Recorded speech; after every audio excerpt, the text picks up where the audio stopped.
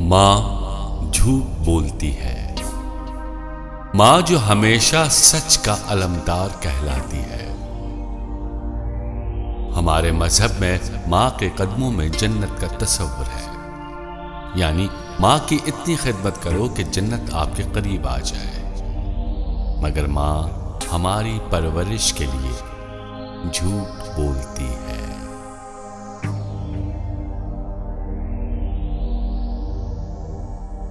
मैं छोटा था, यानी अभी चंद महीनों का था, तो मेरा बाप हमें इस दुनिया में अकेला छोड़कर खुदा के पास चला गया।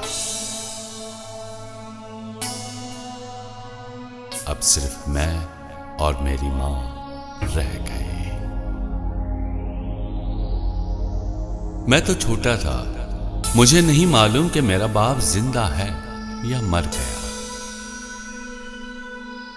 मैं जब 5 बरस का हुआ, कुछ सूझबूझ मेरी जिंदगी में आई, तो पता चला कि मैं जब 4 माह का था तो मेरा बाप इस दुनिया से रुखसत हो गया।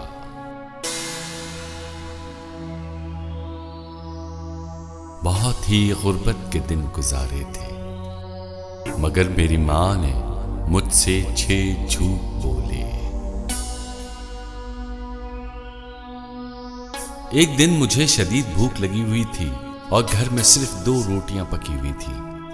मैं अपने हिस्से की रोटी खा चुका, तो मेरी मां ने मेरी भूख को महसूस करते हुए अपने हिस्से की आधी रोटी मुझे दे दी और कहा, बेटा ये तू खा, मेरा पेट भर चुका है। और ये मेरी मां का पहला झूठ था।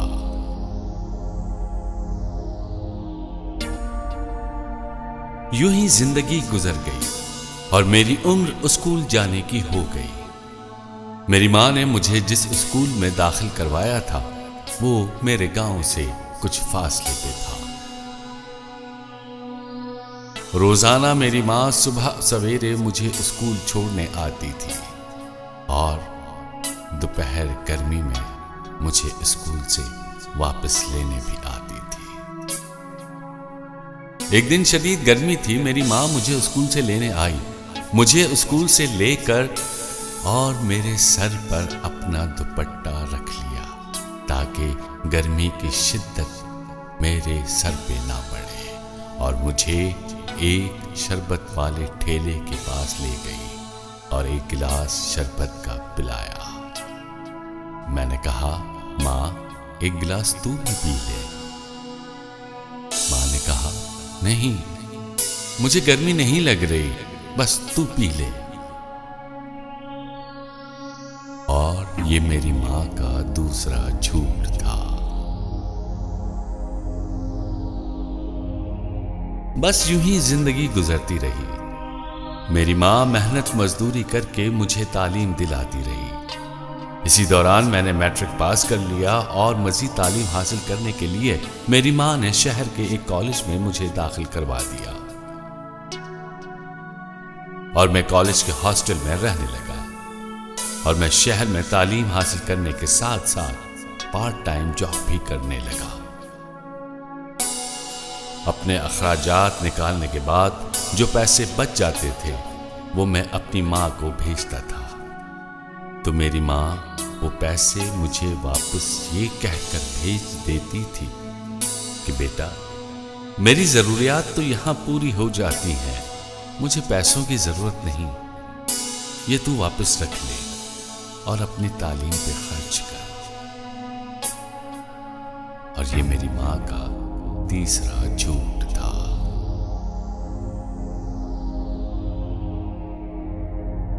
मैंने इंटर पास करने के बाद यूनिवर्सिटी में दाखिला ले लिया।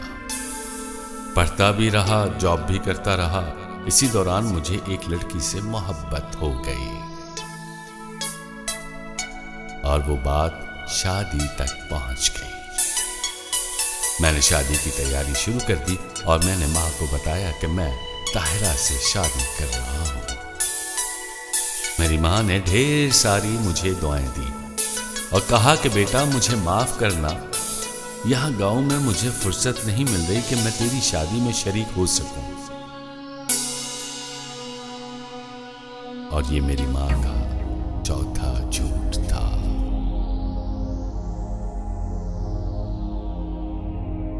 खैर, मैंने शादी कर ली। एक अच्छी जगह मुलाजमत भी मिल गई। फिर मैंने और ताहिरा ने अम्मा से कहा कि तुम शहर आ जाओ और हमारे साथ रहो। अम्मा ने कहा, नहीं बेटा, मुझे शहर की हवा अच्छी नहीं लगती। मैं गांव में ज्यादा खुश हूं। तुम और तुम्हारी बीवी अकेले रहोगे तो तुम्हारी जिंदगी और खूबसूरत हो जाएगी। और ये मेरी मां का पांचवा झूठ था। एक दिन मैं और ताहिरा किसी दावत में जा रहे थे कि अचानक मेरे मोबाइल पर गांव से मेरे दोस्त की कॉल आ गई। मेरे दोस्त ने घबराई हुई आवाज में बात की कि जल्दी से आ जाओ, तुम्हारी मां की तबीयत ठीक नहीं है, उसे अस्पताल में दाखिल कर दिया गया है। मैं और ताहिरा जल्दी जल्दी गांव जाने की तैयारी करने लगे। 8 घंटे की तवील मुसाफत के बाद हम गांव पहुंच गए। और जब मैंने मां को देखा कि वो 3rd क्लास हॉस्पिटल के 3rd क्लास वार्ड के बोसीदा बेड पर लेटी हुई है,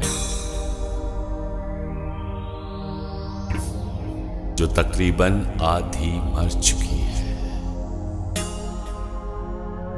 मैंने उसे पुकारा, अम्मा, अम्मा, अम्मा क्या हुआ है तुझे? अम्मा, अम्मा क्या हुआ है तुझे? मेरी मां ने बड़ी मुश्किलों से अपनी आंखें खोली और मुझे और ताहिरा को गौर से देखा और बड़ी कोशिशों के बाद अपने लबों पर मुस्कुराहट लेकर आई।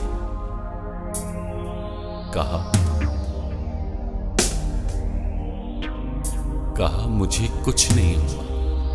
देखो, देखो, मैं मुस्कुरा रही हूं, मैं खुश हूं। और उसके बाद मेरी मां की आंखें बंद हो गईं। और ये मेरी मां का आखिरी झूठ